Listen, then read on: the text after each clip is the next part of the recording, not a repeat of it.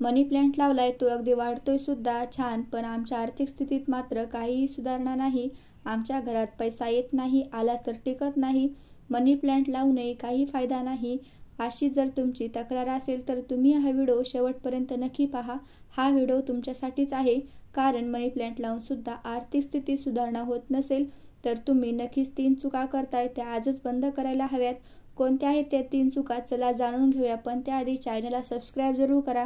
घरात पैसा यावा, आपली आर्थिक स्थिती चांगली राहावी, यासाठी आपण वेगवेगळे प्रयोग करत असतो. त्यातलाच एक प्रयोग म्हणजे मनी प्लांट लावणं.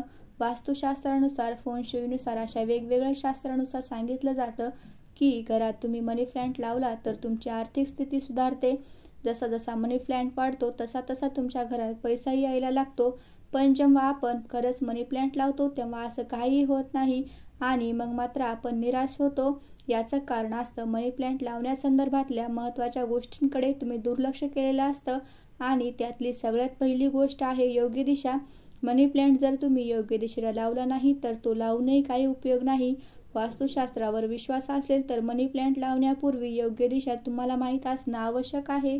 घरामध्ये मनी प्लांट लावला असेल तर आग्नेय दिशेला लावावा. आता तुम्ही म्हणाल, आग्नेय दिशा म्हणजे कोणती दिशा? तर पूर्व आणि दक्षिण या 2 दिशांच्या मधली जी दिशा असते तिला म्हणतात आग्नेय दिशा.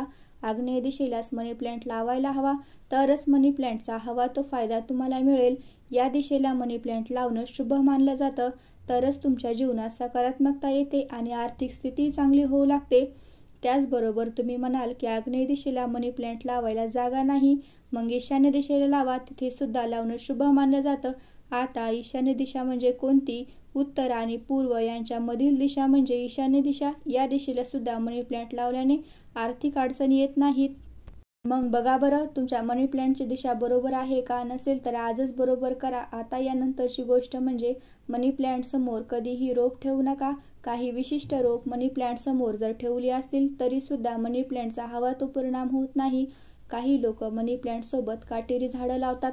अशा परिस्थितीत मनी प्लांट छान फुलला तरी सुद्धा त्याचा फायदा मिळत नाही.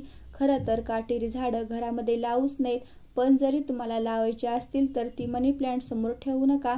आता जो मनी प्लांट तुम्ही तुमच्या घरामध्ये लावलाय त्याच्या आजूबाजूला एखादं काटेरी झाड ठेवले का तपासून बघा. त्यानंतरची गोष्ट म्हणजे मनी प्लांट कोणालाही देऊ नका. जर तुम्ही तुमच्या घरातला मनी प्लांट लावला असेल तर तो कधीही दुसऱ्याला देऊ नये. कारण मनी प्लांटची फांदी तोडून ती एखाद्याला त्याच्या घरात वाढवण्यासाठी दिली तर त्याने आर्थिक नुकसान तुम्हाला होऊ शकतं, असं म्हटलं जातं.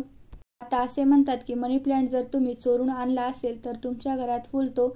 आता असं म्हणण्यामागे कारण काय, तर तुमच्या लक्षात आलं असेल जर मनी प्लांट कुणाला द्यायचाच नाहीये आणि जर दुसऱ्याला तो हवाय, अर्थातच तुमच्या घरातनं चोरला जाणार. पण तुमच्या घरातनं जर एखादा मनी प्लांटची फांदी जर चोरून नेली तर मात्र तुम्हाला आर्थिक नुकसान होत नाही.